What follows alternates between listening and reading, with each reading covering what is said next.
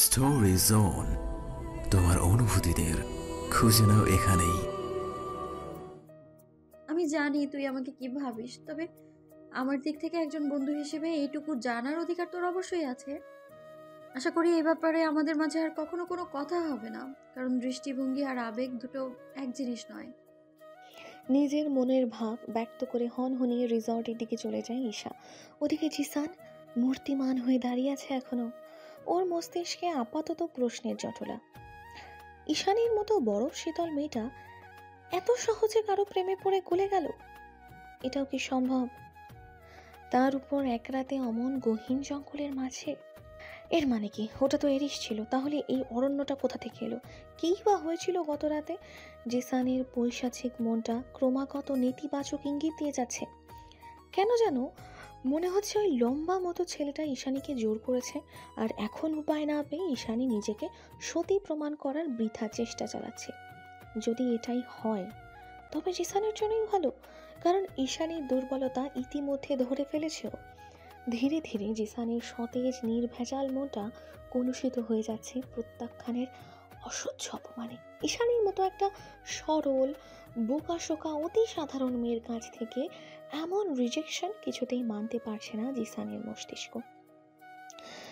মনে মনে জিদ চেপে বসেছে, এর শেষ দেখে নেবে ও। দরকার পড়লে ঈশানের মাকেও বলে দেবে তার মেয়ের জঙ্গলের মাঝে অনাকাঙ্ক্ষিত রাত্রি যাপনের কথা। তখন নিশ্চয়ই উপায়ান্তর না পেয়ে নীল চোখের মেয়েটাকে জিসানের হাতেই তুলে দেবে ঈশানীর মা।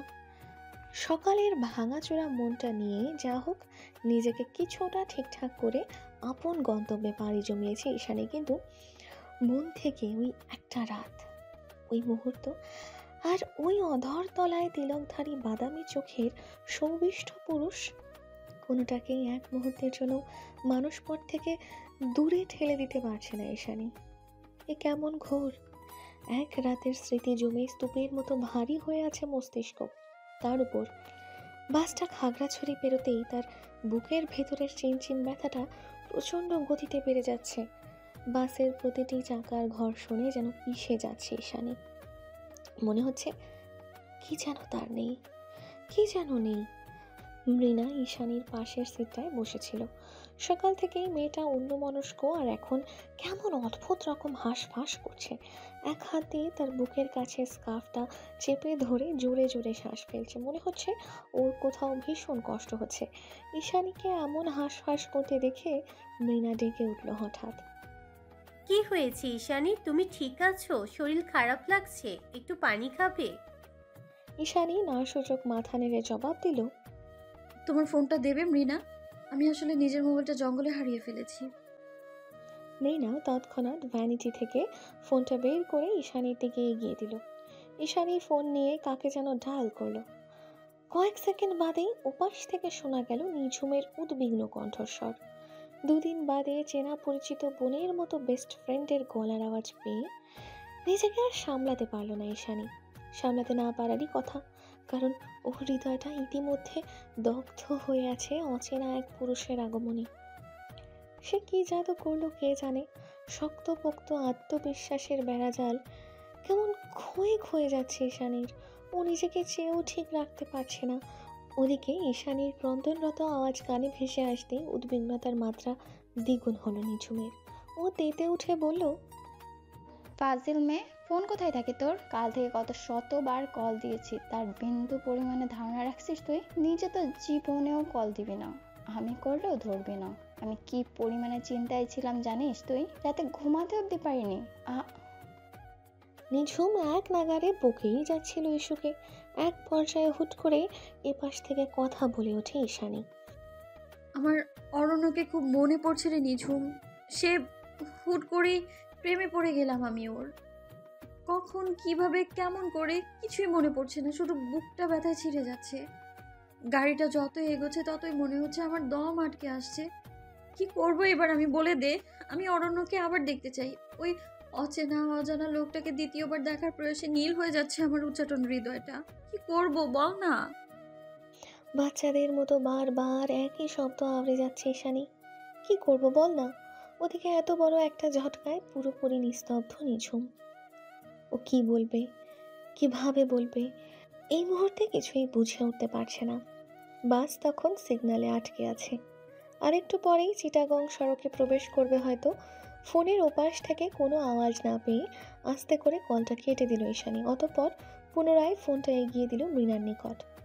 ঠিক সেই সময় বাসের টিনটেড জানলা ভেদ করে ঈশানীর নজরবন্দি হলো কালো হুডি পরিহিত একজন। ও নিজের চোখকে কিছুতেই বিশ্বাস করতে পারছিল না, তাই বারবার গাড়ি ঘোড়ার আর জনসমাগমের আড়াল থেকে লোকটাকে একটু ভালোভাবে দেখার চেষ্টা করছিল। ওর মনে হচ্ছে এটাই অরণ্য, কিন্তু অরণ্য এখানে কি করছে? ঈশানীর জন্যই অপেক্ষা করছে না তো? হুট করে উদয় হওয়া আচানক প্রশ্নে সচকিত হলো ঈশানীর মস্তিষ্ক। ও কি করবে ভেবে পাচ্ছে না। ওদিকে সিগন্যাল পরিবর্তন হতেই বাস চলতে আরম্ভ করেছে। ঈশানীর মনে হচ্ছে অরণ্য আবারও হারিয়ে যাচ্ছে। এই মানুষের জঞ্জাল, এই দানবীয় গাড়ির বহর, বিরক্তিকর হর্নের আওয়াজ, সব কিছুর আড়ালে ওই কালো হুডি পরা লোকটা ক্রমশ হারিয়ে যাচ্ছে। অগত্যাই উপায় অন্তর না পেয়ে সিট থেকে উঠে দৌড়ে বাস থেকে নেমে যাওয়ার জন্য উদ্যত হলো ঈশানী। তবে উদাসীন হয়ে বাইরের দিকে এক পা বাড়াতেই সজোরে ওর হাত টেনে ভেতরে নিয়ে এলো জিসান। আচমকা শরীরে ঝাঁকুনি অনুভব করতেই চোখের পলক ফেলল ঈশানী। পেছনে ঘুরে বিরক্ত কণ্ঠে জিসানকে বলে উঠল, কি করলি এটা তুই? তুই কি করছিলিস সেটা আগে বল। চলন্ত বাস থেকে নেমে যাচ্ছিলি তুই? পাগলামের একটা সীমা থাকে Isha. Are you out of your mind? একে তো সারা রাত জঙ্গলে কাটিয়েছিস, তার উপর সকাল থেকে অরণ্য অরণ্য নাম জপেই যাচ্ছিস। অথচ আমরা সকলে দেখেছি তোকে অ্যারিস গাড়ি থেকে নামিয়ে দিয়ে গেছে। সত্যি করে বলতো, ও তোর সাথে খারাপ কিছু করেছে তাই না? ওই মাফিয়াটা তোকে ড্রাগ ফাগ খাইয়ে দেয়নি তো আবার? এক প্রকার ধমকে উঠে কথাগুলো বলল জিসান। ওদিকে ঈশানী নিজের বাক্যে অটল। ও বরাবরের মতো এবারও বলল, কারো সম্বন্ধে ভালো করে না জেনে মন্তব্য করা একদমই ঠিক নয় জিসান। তুই কার কথা বলছিস আমি বুঝতে পারছি না, কিন্তু আমি সম্পূর্ণ ভিন্ন কারোর সাথে ছিলাম এবং সে যথেষ্ট ভদ্রলোক। আর যাই হোক, অন্তত তোর মতো নোংরা মানসিকতা তার নেই। আশা করি বুঝতে পেরেছিস। পুনরায় খেপে গেল জিসান। ও যেন ঈশানীর মুখে অচেনা লোকটার প্রশংসা কিছুতেই সহ্য করতে পারে না। চরাত করে হিংস্রতা জেঁকে বসে মস্তিষ্কে নিউরনে নিউরনে। আর ঈশানী সেই কাজটা করে বারবার রাগিয়ে দেয় জিসানকে, যার ফলস্বরূপ জিসান এবার তেড়ে এলো ঈশানীর দিকে। তবে দুপা এগোতেই ওকে আটকালো আদি। বিরক্ত হয়ে বলল, চলন্ত বাসে কি শুরু করেছিস তোরা? কি শুরু করেছিস সেটা ওকে জিজ্ঞেস কর। এক রাতে কি এমন দিয়েছে ওই ছেলেটা যে। রাস্কেল। জিসান কথা সম্পূর্ণ করার আগেই জিসানের উদ্দেশ্যে শব্দটা উচ্চারণ করে নিজের সিটে চলে যায় ঈশানী। আর মনে মনে সিদ্ধান্ত নেয় জিসানের সাথে বন্ধুত্বের ইস্তফা এখানেই ঘটাবেও। আর যাই হোক, এমন একটা হিংস্র প্রকৃতির ছেলের সাথে বন্ধুত্ব বজায় রাখা ঈশানীর পক্ষে সম্ভব নয়। সুন্দর ঝলমলে রৌদ্রোজ্জ্বল দিন। স্বরাষ্ট্রমন্ত্রী সাহেবের বাড়িটা শহর থেকে একটু দূরে সি সাইডে অবস্থিত। সকাল সকাল পাখির কিচিরমিচির আর সাগরের গর্জনে মুখরিত চারিপাশ। এমন সময় বাড়ির আবহাওয়া নীরবতায় ঘেরা শান্তি শান্তি হওয়ার কথা ছিল, তবে তেমন কিছুই লক্ষ্য করা যাচ্ছে না এই মুহূর্তে। এতক্ষণ অবশ্য নীরবই ছিল সব কিছু। হুট করে কি জানি কি হলো, ফ্রন্ট ইয়ার্ডে বডিগার্ড আর সুরক্ষা বাহিনীর লাইন দাঁড়িয়ে গেল কয়েক সেকেন্ডের মধ্যে। ডুপ্লেক্স বাড়িটার ছাদ থেকে শুরু করে প্রতিটি বারান্দার করিডোরে একে একে দাঁড়িয়ে গেল বন্দুকধারী সুরক্ষা বাহিনী। বাড়ির এহেন থমথমে পরিবেশ দেখে মনে হচ্ছে শীঘ্রই কোনো ভিআইপির আগমন ঘটবে এখানে। নিরাপত্তা বাহিনীর কঠোর অবস্থানের পাশাপাশি একটা হেলিকপ্টারও ল্যান্ড করানো হয়েছে বাড়ির ছাদে। তবে সবাই আপাতত উদ্বিগ্ন, আসলে হচ্ছেটা কি এখানে? হুট করে মন্ত্রী সাহেব বা কেন এত সুরক্ষা নিশ্চিত করলেন? কিসের এত ভয় তার?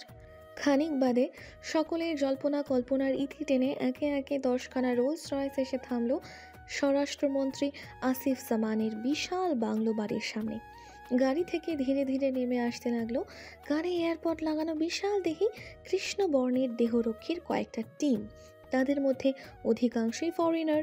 এরপর সবশেষে তাদের মধ্যে থেকে নেভি ব্লু রঙা রোলস রয়েস থেকে বেরিয়ে এলো ব্ল্যাক হোয়াইট কম্বিনেশনের ফর্মাল শার্ট আর ওয়েস্টকোট পরিহিত লম্বা মতো একজন, যিনি দেখতে ইয়াং এবং জেন্টল, যদিও তার চোখ দুটো ঢাকা পড়ে আছে বিশাল রোদ চশমার আড়ালে। তবে সকালের এক ফালি রোদের ঝিলিকে পুরোপুরি স্পষ্ট তার ডার্ক ব্রাউন সিগারেট পোড়া ঠোঁটের নিচের বিরল সেই কালো তিলক। রোদের তালে তাল মিলিয়ে যেন ঝিল ধরছে তিলকটা। তবে সেই তিলকের সৌন্দর্য পুরোপুরি ফিকে মনে হচ্ছে লোকটার ক্রূর রহস্যময় পৈশাচিক হাসির কাছে। লোকটা গাড়ি থেকে নামতেই কয়েকজন বডিগার্ড এসে তাকে কোট পরিয়ে দিতে সাহায্য করে। এরপর কোর্টের হাতাগুলো ঠিকঠাক করতে করতেই গেট ছাড়িয়ে মন্ত্রী সাহেবের বাংলোর দিকে এগিয়ে গেল সে। তার পিছু নিয়েছে শতাধিক বিশাল দেহী বডিগার্ডের দল। তবে ভেতরের প্রবেশের আগেই মন্ত্রী সাহেবের দেহরক্ষীরা আটকে দিল তাদের। এরিস নিজের বডিগার্ডের আঙুলের ইশারায় চলে যেতে বলল এবার। অতঃপর পা থেকে মাথা অবধি সার্চ করা হলো তাকে, কিন্তু দুর্ভাগ্যবশত সেরকম মরণঘাতী কোনো কিছুই পাওয়া গেল না এরিসের কাছে। অগত্যাই পুনরায় নিজের সানগ্লাসটা চোখে পড়ে সবাইকে ছাড়িয়ে ভেতরের দিকে এগিয়ে গেল এরিস। এদিকে হতবাক দেহরক্ষী বাহিনীগণ একজন আরেকজনের দিকে চাওয়াচাওয়ি করায় ব্যস্ত। মন্ত্রী সাহেব কিনা এই লোককে এত ভয় পাচ্ছে, এর হাতে তো একটা নেইল কাটারও নেই। আশ্চর্য! ভেলভেট লাল গালিচা আর দেশি বিদেশি সৌন্দর্যবর্ধক শোপিসে মোড়ানো তকতকে হলরুমের ভেতরে ঢুকতে না ঢুকতেই মন্ত্রী সাহেব আসিফ জামান অসম্ভব সুন্দর সম্মোহনী হাসি দিয়ে আমন্ত্রণ জানালো ইরিশকে। কোনো পিয়ে টিয়ে নয়, একেবারে নিজেই এগিয়ে এসে হাত বাড়ালেন করমর্দন করার উদ্দেশ্যে। তবে এরিস ইউভান তাকে 2 পয়সারও তোয়াক্কা করল না, উল্টো মন্ত্রী সাহেবকে পাছে হটিয়ে এগিয়ে গিয়ে পায়ে পা তুলে বসে পড়ল তারই চেয়ারে। এরিস বসার সঙ্গে সঙ্গে মন্ত্রী সাহেব চুপসালো মুখে এগিয়ে গিয়ে এরিসের মুখোমুখি হয়ে একটা চেয়ারে বসলো। আবারও কুশল বিনিময় করার চেষ্টা চালিয়ে বলতে আরম্ভ করলো, এরিস সাহেব কি মনে এখানে হঠাৎ? না মানে আপনি বললে তো আমি নিজেই রাশিয়াতে। মুখের কথা মুখেই আটকে গেল মন্ত্রী সাহেবের। এরিস তাকে হাতের ইশারায় থামিয়ে দিয়ে গভীর গলায় বলল, এরিস ইউভান কাউকে কৈফিয়ত দেয় না। আপনার গভর্নমেন্ট আমার 200 কোটি টাকার ট্রাক আটকে রেখেছে বর্ডারে। প্রায় 10টা কাভার্ড ভ্যান আটকে পড়ে আছে সেখানে। আজ রাতের মধ্যে সেগুলো ডিসমিস করার ব্যবস্থা করুন, নয়তো। এরিস কথা শেষ করতে না করতেই মন্ত্রী সাহেব ওকে মানানোর চেষ্টা করে বলল, মানে এরিস সাহেব, সামনে নির্বাচন, এখন যদি এসব নিউজ ভুল করেও একবার লিক হয়ে যায় তাহলে পুরো দলের সর্বনাশ হয়ে যাবে, বুঝতেই তো পারছেন। আপনি বরং আর কয়েকটা দিন অপেক্ষা করুন। ইলেকশনটা শেষ হলেই আমি আপনার মালামাল আপনাকে পৌঁছে দেওয়ার যথাযথ ব্যবস্থা করব। দরকার পড়লে সাথে কিছু উপটও কোনো। গর্জে উঠল এরিস, বলল, ফাক your brown lecture, just do what I say. আজ রাতের মধ্যে আমার কাভার্ড ভ্যানগুলো বর্ডার ক্রস না করলে সারা জীবনের জন্য মন্ত্রণালয়ের চেয়ারের রং ভুলে যান মন্ত্রী সাহেব। ওটার আপনার জন্য বরাদ্দ নাই, আন্ডারস্ট্যান্ড? শুষ্ক ঢোক গিলল আসিফ জামান। এরিস নিজের কথা শেষ করে চেয়ার ছেড়ে বাইরের দিকে পা বাড়ায়। তবে যাওয়ার আগে কি ভেবে যেন পেছনে ঘুরে নিজের কলারের ভেতর থেকে একটা সরু সাইজের চাকু আর নিজের রিস্ট ওয়াচটা খুলে সামনের ঝকঝকে গ্লাস লাগানো টি টেবিলটার উপর রেখে একটা তাচ্ছিল্যের হাসি দিয়ে ঠান্ডা আওয়াজে বলে ওঠে, আরে কোটি কোটি টাকা দিয়ে কি পুষছেন এগুলো মন্ত্রী সাহেব? সামান্য চার্জটা পর্যন্ত ঠিকভাবে করতে পারেন এরা। এই বাড়ির সবগুলো গর্ধবের দল। এনিওয়েজ, মার্ক মাই ওয়ার্ড মন্ত্রী সাহেব, টিল দেন বাই বাই। ভীষণ শান্ত গলায় হাসতে হাসতে মন্ত্রী সাহেবকে কঠিন কিছু থ্রেট দিয়ে হিরোদের মতোই পকেটে হাত রেখে লম্বা সিল্কি আন্ডারকাট চুলগুলোতে ব্যাক ব্রাশ করতে করতে বেরিয়ে যায় এরিস। এতক্ষণ ধরে এরিসের কর্মকাণ্ডে শির দ্বারা বেয়ে যেন শীতল স্রোত বয়ে গেল আসিফ জামানের। তিনি ঘামছেন ভীষণ। পাশেই তার বিশ্বস্ত পেয়ে লিও দাঁড়িয়েছিল। মন্ত্রী সাহেবকে এভাবে ঘামতে দেখে লিও তাড়াহুড়ো করে পানির গ্লাস এগিয়ে দেয়। মন্ত্রী সাহেব ঠান্ডা পানিতে চুমুক দিয়ে ঢক ঢক করে গ্লাস শুদ্ধ পানি শেষ করে নিজেকে খানিকটা ঠিকঠাক করে থমথমে আওয়াজে লিওকে উদ্দেশ্য করে বলে উঠলেন, ওকে জানো তুমি। অযাচিত লিও না সূচক মাথা নাড়ালে মন্ত্রী সাহেব বলেন, হ্যালো ডিয়ার লিসেনার্স, আপনারা শুনছেন স্টোরিজ অন প্রেজেন্স ধারাবাহিক পর্ব গল্প। আমাদের সামগ্রিক প্রচেষ্টাকে উৎসাহিত করতে লাইক অ্যান্ড কমেন্ট করতে ভুলবেন না। Thank you. মাত্র 30 বছর বয়সে এই ছেলেটা one of the most dangerous fucking mafia terrorist in the entire underworld. Russian most wanted powerful mafia group Python প্যারাডাইসের একমাত্র লিডার দ্য এরিস ইউভান, যার মধ্যে দয়া মায়া আবেগ অনুভূতি ভালোবাসার কোনো অস্তিত্ব নেই। আই থিঙ্ক ওর ভিতরের হৃদয়টা অনুপস্থিত, যা আছে তা শুধুই ভয়াবহ হিংস্রতা। হায়নার থেকেও ভয়ঙ্কর আর অপ্রত্যাশিত ওর বাবা। ওর কাছে দ্বিতীয়বার বলতে কিছু সুযোগ নেই। সুযোগ কিংবা কমিটমেন্ট যাই হোক না কেন, সেটাই প্রথম সেটাই শেষ। মানুষের প্রাণ আর অস্তিত্ব দুটোই যার কাছে পুতুল খেলা মাত্র। ও শুধু একটা জিনিসই জানে আর একটা জিনিসই বোঝে, power and money, that's all. Openly crime করে বেড়ানোটা ওর কাছে প্যাশন মাত্র। দেশের ভিতরের বাইরে বৈধ অবৈধ প্রায় 1000-এর উপর রানিং ইন্ডাস্ট্রিজ রয়েছে ওর। এছাড়াও আন্ডারওয়ার্ল্ড মাফিয়া বিজনেস তো রমরমা। পৃথিবীর কোনো মাফিয়ার কাছে যেসব দুর্লভ জিনিস পাওয়া যায় না, সেগুলো এক পিস হলেও ওর কাছে রয়েছে। আমার মতো এরকম শত শত মন্ত্রী মিনিস্টারদের প্রতিনিয়ত পকেটে নিয়ে ঘুরে বেড়াইছিলে। বুঝলাম। মন্ত্রী সাহেবের ঘোর কাটে লিওর কথায়। তিনি সুধান, কি বুঝলে? She is a total heartless, battery base, অসডে অনজারাস। কিন্তু এবার কি করবো স্যার? কি আর করবে, আপাতত ও যা বলেছে তাই করো। সামনে নির্বাচন, এই সময় এরিসের সঙ্গে পাঙ্গা নেওয়াটা মূর্খামি ছাড়া কিছুই না। কিন্তু স্যার একটা খটকা রয়ে গেল। আসিফ জামান বিরক্ত হয়ে শুধালেন, আবার কি? ইমান চাকু রেখে গেল বুঝলাম, কিন্তু ঘড়িটা কেন খুলে রেখে গেল? বোমটম নেই তো এতে? লিওর কথায় মন্ত্রী সাহেবের শরীর শিউরে উঠল। তিনি তৎক্ষণাৎ জায়গা ত্যাগ করে দোতলার দিকে যেতে যেতে বললেন, এই ছেলেকে মোটেও বিশ্বাস নেই। আমার সুগার বেড়ে গেল, ওয়াশরুমে যেতে হবে। তুমি এক্ষুনি এগুলো সরানোর ব্যবস্থা করো, রাইট নাও। গত কদিন ধরে লঘু চাপ চলছে সমুদ্রপৃষ্ঠে। বৃষ্টি নেই, তবে রোদেরও মুখ দেখা যায়নি এই কদিন। পাতেঙ্গার সামুদ্রিক ভারী গর্জনে মুখরিত চারিপাশ। সেই সাথে যোগ হয়েছে শঙ্খচিলের কিচিরমিচির। বাতাসের তাণ্ডবে ফুচকা চটপটিওয়ালা মামাদের ছোট ছোট পলিথিনে মোড়ানো স্টলগুলো হাওয়ায় উঠছে, যেন অতি অসাবধানতায় এক্ষুনি সেগুলো উল্টে পড়বে যত্রতত্র। তবে তেমন কিছুই হচ্ছে না। সাই সাই বাতাসের মাঝেও হকারিরা তাদের ব্যবসা চালিয়ে যাচ্ছেন সানন্দে। মাত্রাতিরিক্ত বাতাসে চাঁদের হাসি ক্যাফের আউটডোর প্ল্যান্টগুলো কেমন নেতিয়ে পড়েছে।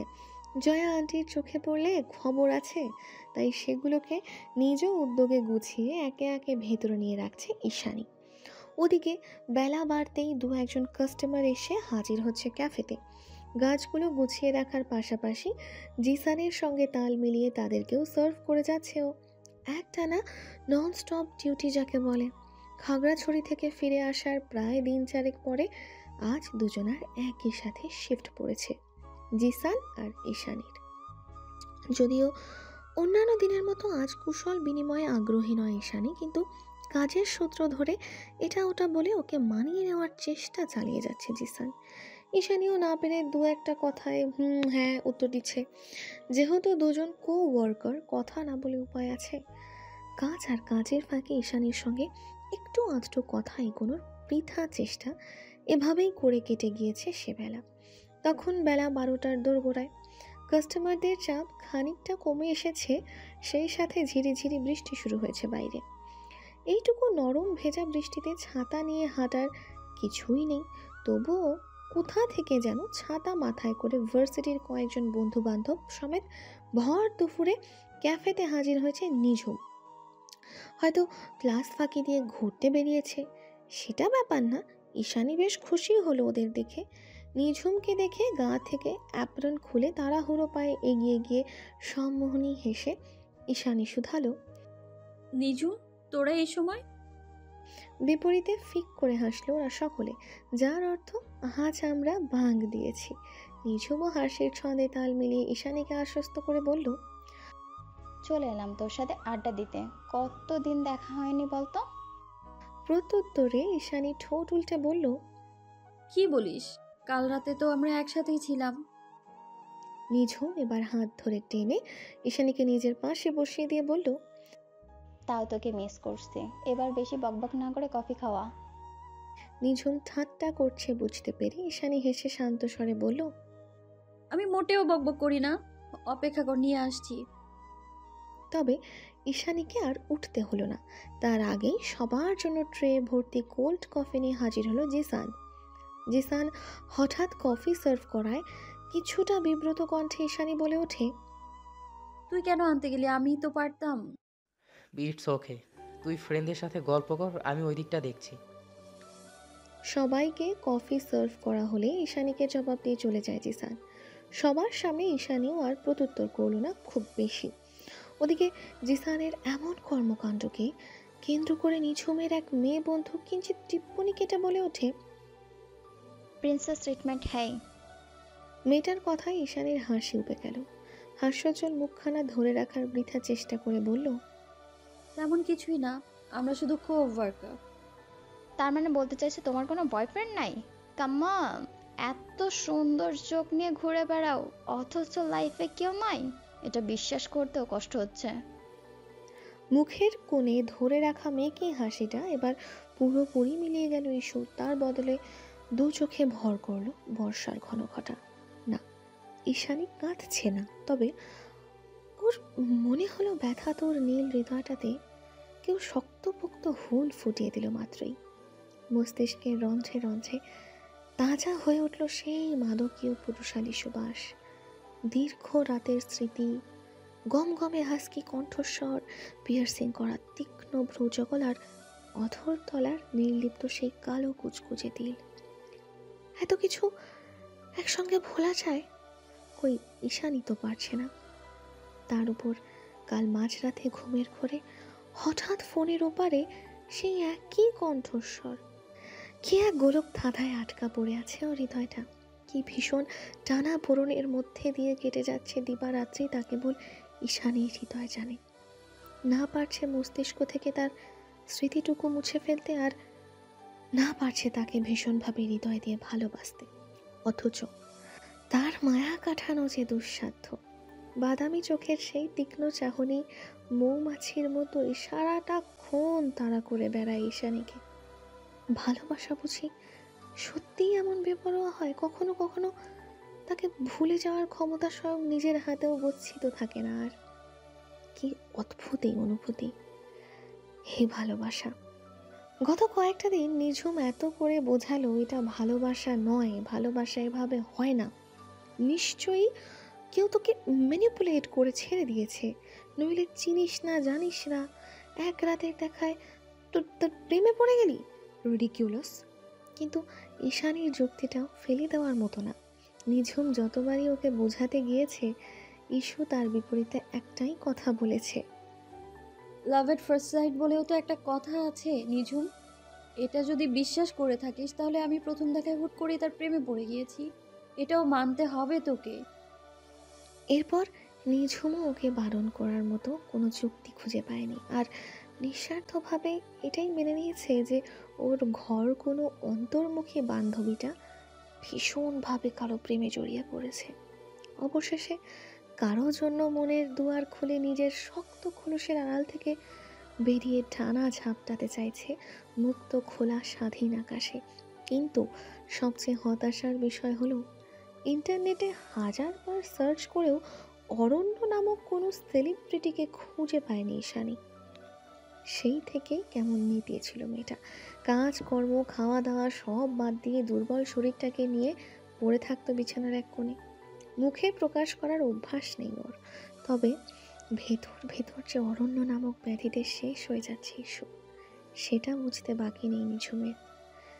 দিনগুলো এভাবেই যাচ্ছিল, সেই সাথে ভারী হচ্ছিল অন্তর্মুখী ঈশানীর নিঃশ্বাসের পাল্লা। তবে কাল মাঝরাতে কিছু একটা অপ্রত্যাশিত ঘটেছিল বটে। কাল রাত 1:45 নাগাদ মুঠোফোনের ওই একটা ফোন কলই যথেষ্ট ছিল ঈশানীর নিতিয়ে যাওয়া দুরহ হৃদয়টাকে পুনরায় সতেজ করে দিতে।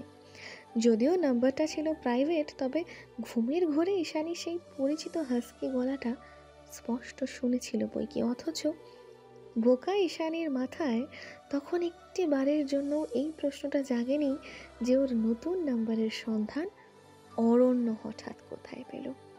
এটা কি আদৌ একজন সাধারণ মানুষের দ্বারা সম্ভব? পুরো ব্যাপারটা কি এতটাই স্বাভাবিক নাকি পুরোটাই নাটকীয়? ইস্যু তো স্রেফ এটা নিয়েই উত্তেজিত যে ফাইনালি আরও একবার অরণ্যর কণ্ঠস্বর শুনতে পেয়েছেও। তার মানে ওই রাতটা শুধুমাত্র ঈশানের কাছেই অর্থবহ নয়, অরণ্যর কাছেও তার যথেষ্ট গুরুত্ব রয়েছে। হ্যাঁ, রয়েছে তো বটেই, তবে এর পেছনের উদ্দেশ্য তো কেবল অরণ্যই ভালো বলতে পারবে। শুধু শুধু তো আর এরিস ইউভান কারণ নাম্বার ট্র্যাক করে তাকে খুঁজে বের করতে যাবে না। এর পেছনে মোক্ষম কোনো কারণ তো অবশ্যই রয়েছে। সকালে যখন ঈশানীর মুখ থেকে এই ঘটনার বর্ণনা শুনে নিঝুম শোধালো, ফোনে কি বলছিলি অবনী? তার উত্তর অবশ্য ঈশানী দিতে পারেনি। গভীর তন্দ্রাচ্ছন্ন অবস্থায় ফোন রিসিভ করার ফলে ওপাশের কোনো কথাই মস্তিষ্ক অব্দি পৌঁছায়নি ওর। তবে এই না মনে থাকার আফসোস বোধ হয় এই জীবনে খুঁজবে না আর। তখন থেকে মুখ কালো করে কি যেন ভাবছে ঈশানী। নিঝুম ব্যাপারটা লক্ষ্য করে ওর বান্ধবীকে তৎক্ষণাৎ চুপ করিয়ে দিল। অতঃপর সশব্দে ডাকলো ঈশানীকে। কি ভাবছিস হঠাৎ করে? নিঝুমের ডাকে ভাবনার সুতো ছিল ঈশানীর। ও এদিক ওদিক না সূচক মাথা নাড়িয়ে জানালো, কই কিছু না তো।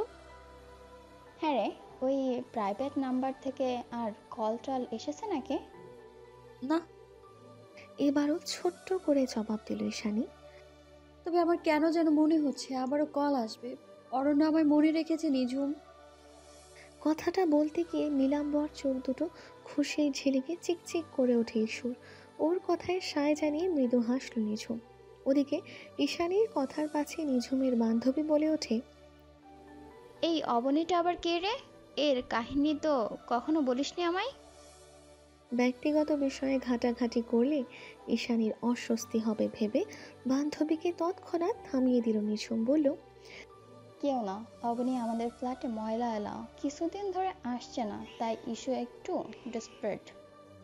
নিঝুমের বান্ধবী ঠোঁট পাউট করে চোখ বড় বড় করে ঈশানীর কাঁধে হাত রেখে ওকে আশ্বস্ত করে বলল, আই ফিল ইয়োর পেইন ইস্যু, চিন্তা করিস না, ময়লা এলা খুব শীঘ্রই চলে আসবে। প্রায় ঘন্টা খানিক জমিয়ে আটা দিয়ে একটু আগেই বেরিয়ে গেল নিঝুমরা। ওরা চলে যাওয়ার পরপরই এঁঠো মগগুলো ট্রেতে তুলে সিঙ্কের দিকে এগিয়ে যায় ঈশা। তবে ধোয়া মোছার কাজ শুরু করার আগ মুহূর্তে ওর এক হাতের কবজিটা শক্ত করে চেপে ধরে একটানে ক্যাফের পেছনে স্টোর রুমে নিয়ে যায় জিসান। আকস্মিক ঘটনায় হতবিহ্বল ঈশানী, সেই সাথে তার মেজাজটাও চড়ে উঠেছে খুব। কোনো মতে নিজের হাতটা জিসানের হাতের বাঁধন থেকে ছিটকে সরিয়ে শক্ত গলায় ফোঁস করে উঠল ঈশা। এভাবে হাত ধরে টানাটানি করার মানেটা কি জিসান? সবকিছুর একটা সীমা থাকে কিন্তু। এই মুহূর্তে জিসানের চোখে মুখে ক্রোধ সুস্পষ্ট। ও জবাব না দিয়ে রাগে কাঁপতে কাঁপতে ঈশানীকে প্রশ্ন ছুড়ে দিল উল্টো। বলল, সীমা তুই অতিক্রম করছিস, এখনো অরণ্য অরণ্য নাম জপে যাচ্ছিস। আমার মুখে আমি কার নাম জপে যাব সেটা একান্তই আমার ব্যাপার। এক্ষুনি পথ ছাড়। জিসান পথ ছাড়ল না, উল্টো এগিয়ে গিয়ে ঈশানীর মুখোমুখি হয়ে দাঁড়িয়ে বলল, হ্যাঁ জানি তো, সবচেয়ে বড় সর্বনাশ তো ওই অরণ্যের হাতেই হয়েছে। রাত কাটিয়ে এসেছিস বলে কথা, নষ্ট হয়ে গেছিস তুই, পুরোপুরি নষ্ট। ঈশানীর কাছে জিসানের এই বিশ্রী কথাগুলো মানসিক টর্চার ছাড়া আর কিছুই নয়। তবে পায়ে পাড়া দিয়ে ঝগড়া কিংবা এত বড় একটা ছেলেকে এভাবে ক্যাফেতে দাঁড়িয়ে থাপ্পড় মারার মতো এতটাও দুঃসাহস নেই ওর। অগত্যাই চোখ মুখ খিচে তাড়াহুড়ো করে জায়গা ত্যাগ করার বৃথার চেষ্টা চালালো ঈশানী। ঠিক তখনই নরম স্বরে জিসান বলে ওঠে, আমার তোকে ভালো লাগে Isha, actually I mean love with you. এবারও বরাবরের মতোই নিশ্চুপ ঈশানী। ঈশানীর এমন নীরব থাকার ব্যাপারটা মোটেও পছন্দ হলো না জিসানের। ভেতরে ভেতরে জমে থাকা ক্রোধটা আবারও মাথা চাড়া দিয়ে উঠল মুহূর্তেই। ঈশানীর এই নীরবতাকে পুঁজি করে ওর কাঁধে সামান্য ধাক্কা দিয়ে পুনরায় দাঁত খিচিয়ে জিসান বলে উঠল, বরফের মতো কোল্ড একটা মেয়ে, আবেগ নেই, অনুভূতি নেই।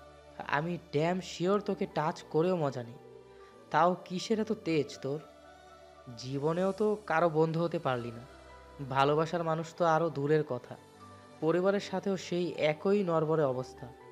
তোর মধ্যে আছেটা কি? নাথিং। তবু আমি তোকে ভালোবেসেছি, সব সময় তোর পাশে থেকেছি, অথচ তুই আমার কথাটা ভেবে দেখা তো দূরে থাক, একটা অজানা ছেলের জন্য এখানে লিটারেলি মরে যাচ্ছিস তুই। ওয়াই? হ্যালো ডিয়ার লিসেনার্স, আপনারা শুনছেন স্টোরিজ অন প্রেজেন্টস ধারাবাহিক পর্ব গল্প। আমাদের সামগ্রিক প্রচেষ্টাকে উৎসাহিত করতে লাইক এন্ড কমেন্ট করতে ভুলবেন না। Thank you.